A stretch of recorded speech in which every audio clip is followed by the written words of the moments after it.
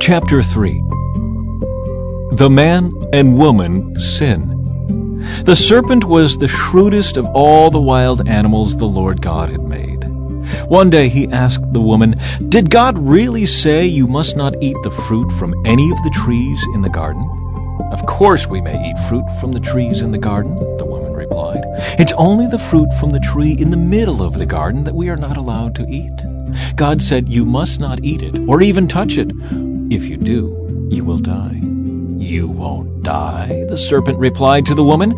"God knows that your eyes will be opened as soon as you eat it, and you will be like God, knowing both good and evil."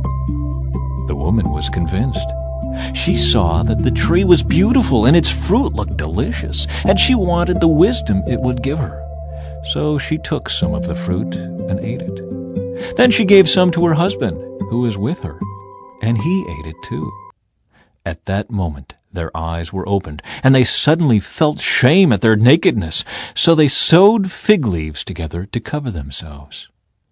When the cool evening breezes were blowing, the man and his wife heard the Lord God walking about in the garden.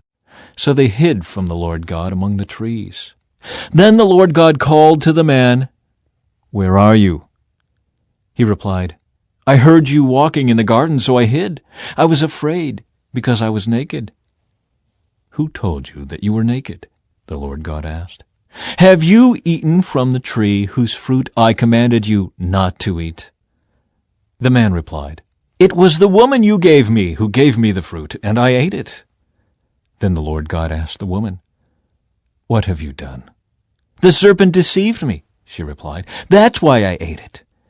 Then the Lord God said to the serpent, "Because you have done this, you are cursed more than all animals, domestic and wild. You will crawl on your belly, groveling in the dust as long as you live. And I will cause hostility between you and the woman, and between your offspring and her offspring. He will strike your head, and you will strike his heel." Then he said to the woman, "I will sharpen the pain of your pregnancy, and in pain you will give birth, and you will desire to control your husband, but he will rule over you." And to the man he said, "Since you listened to your wife and ate from the tree whose fruit I commanded you not to eat, the ground is cursed because of you. All your life you will struggle to scratch a living from it. It will grow thorns and thistles for you, though you will eat of its grains.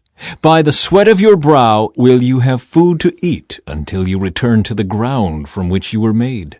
For you were made from dust, and to dust you will return." Paradise Lost, God's judgment. Then the man, Adam, named his wife Eve, because she would be the mother of all who live. And the Lord God made clothing from animal skins for Adam and his wife. Then the Lord God said, "Look, the human beings have become like us, knowing both good and evil. What if they reach out, take fruit from the tree of life, and eat it? Then they will live forever." So the Lord God banished them from the Garden of Eden, and he sent Adam out to cultivate the ground from which he had been made.